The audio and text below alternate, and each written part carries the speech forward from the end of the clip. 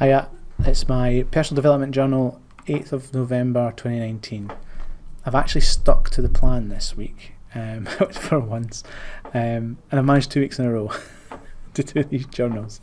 So I finished off Radical Candor by Kim Scott.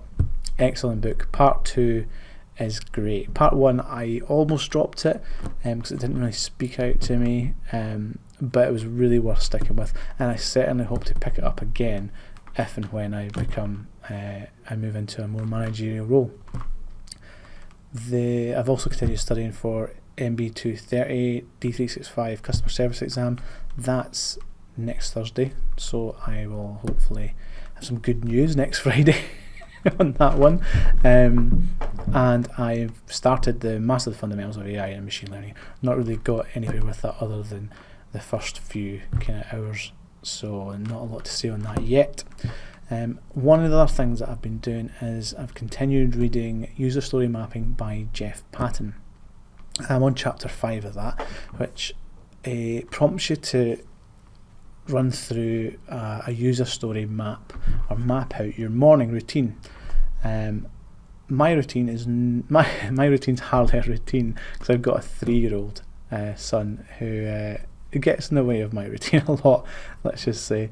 But it's quite good mapping out the possibilities, and it gives you great practice for practical practice as well, that you can take onto your projects if and when you run a user story mapping session. So what am I going to do next week? Much the same as this week. Continue with the MB230, cram as much as I can into that, the customer service exam, before Thursday.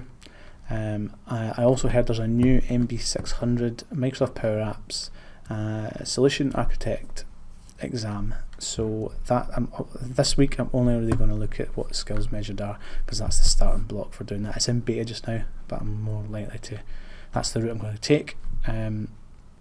So I'll start off by looking at what skills I've measured on that exam. Most valuable lessons I learned this week, or techniques I learned this week. 2 small ones for you. I've been using Buffer to schedule my LinkedIn posts and tweets, and it's worked quite well for me.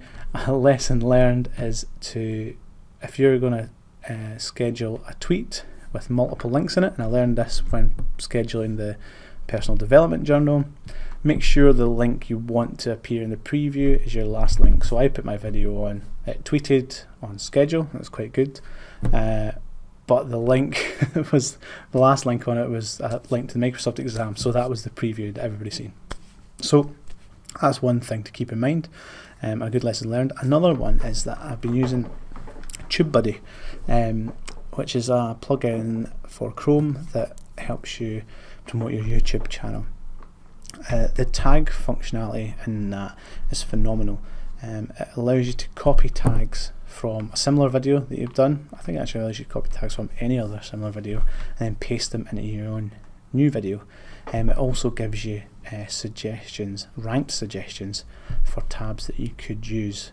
Now, this YouTube is quite new to me, and I was so surprised the amount of time it takes to do all these wee tasks like tagging, getting the art right, writing the description.